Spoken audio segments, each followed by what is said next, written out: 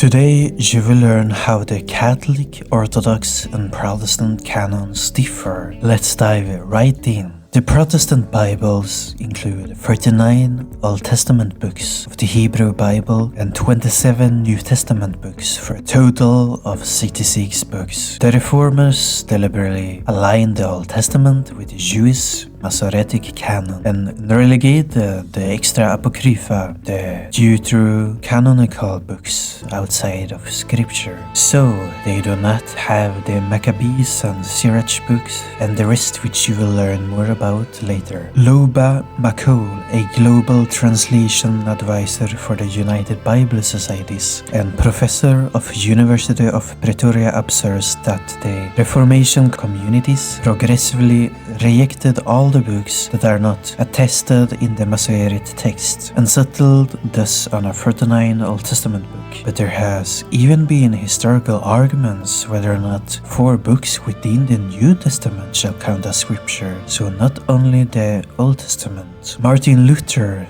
the German priest and theologian, founder of Protestantism, said that the Hebrews, James, Jude and Revelation are useful but not equal to scripture. Isn't that crazy to think about? He referred these as anti-legomena, meaning dispute writings, acknowledging that their canonical status had been questioned in early Christianity. So, in his German New Testament from the year 1522, Luther decided to include these books anyways, but he placed them at the end, distinguishing them from what he considered the true and certain chief books of the New Testament. He wrote, "Up to this point, we have had to do with the true and certain chief books of the New Testament. The 4 which follow have from ancient times had a different reputation. That's why still today in all Protestant Bibles, the Revelation is at the end of all the Bible books." Martin Luther didn't even view the Apostle James as an apostle. He believed that the Epistle of James contradicted the doctrine of justification by faith alone, a cornerstone of his theology. He famously referred to James as an epistle of straw, stating, "I do not regard it as the writing of an apostle. I cannot put him among the chief books." But thankfully though, in the end, he decided to let the book of James stay in the canon. So, the Protestant Bibles leaves out 7 of additional apocrypha books: Tobit, Judith, Sirach or Ben Sira, Baruch, 1st and 2nd Maccabees, and the Book of Wisdom that Catholics include. Protestants typically trace their Old Testament list to the post-70 AD closed Jewish canon, and the New Testament 27 books, released confirmed by the Athanasius Feastal Letter 39 from the year 367 AD and earlier councils. And how about the Orthodox Church? The Eastern Orthodox Canons have 76 to 78, depending which you count. The Eastern Orthodox churches, Greek, Russian, etc., follow the Septuagint, the Greek Old Testament tradition, which has all the Catholic Deuterocanonicals plus few more. They have no single fixed list until modern synods. No first 7 ecumenical councils defied it. In practice though, most Orthodox Old Testament lists include the 46 Catholic Old Testament books, plus extra books like the 3rd Esdra, Prayer of Manasseh, Sirach, and 3 to 4 Maccabees. The Second Council of Trilo, 682 AD, and the Synod of Jerusalem, 1672, later endorsed the longer Septuagint canon. Maxim Podhayski writes in his publishing at ResearchGate in Religious Studies that Orthodox tradition distinguishes 39 canonical books from the 11 non-canonical books of the Old Testament. The Orthodox New Testament canon is thus the same 27 books, the Gospels, Acts, Paul's 14 letters, as well as the 7 Catholic epistles. The Orthodox liturgical tradition once questioned Revelation, but it is included today In short, the Eastern Orthodox canon is often described as the Catholic canon plus extras from the LXX. The difference is historical. The early Christians, Eastern Christians, used the Septuagint, including its additional books as scripture. Councils like Carthage 397 and Trullo 692 confirmed a larger Old Testament,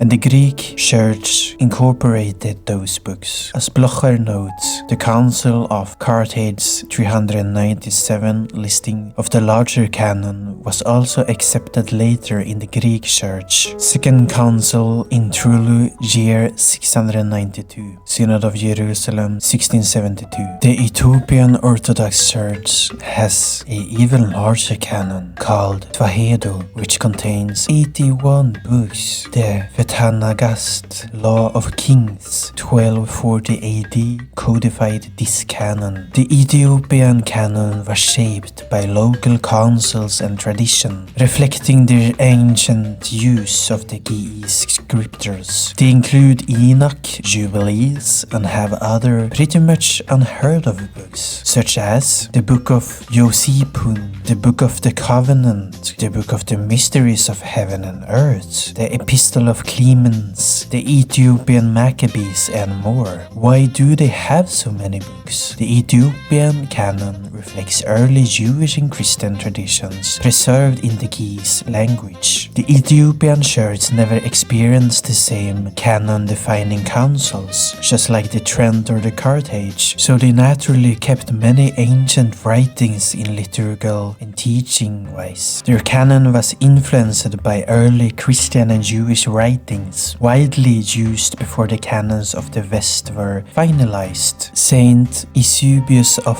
Caesarea was a Syrian Oriental Orthodox bishop and historian who focused on exegetical studies of the Bible, who lived in the Roman Empire from the 260s to the year 339. If you remember the word antilegomena from earlier when we were talking about Martin Luther, who didn't view the 4 books in the New Testament as canonical. Now this man actually didn't include 9 of the current canonical books as scripture, and disputed the book of Revelation, the Gospel of Hebrews, the Epistle of the Hebrews, Acts of Paul, Epistle of James, Epistle of Jude, 2 Peter, and 2nd and 3rd of John. He also refuted the Diachi, Epistle of Barnabas, Apocalypse of Peter, and the Shepherd of Hermas. So what books that are included has more or less been an ongoing argument since the time of they were written down. Imagine if we didn't have Jude, Revelation,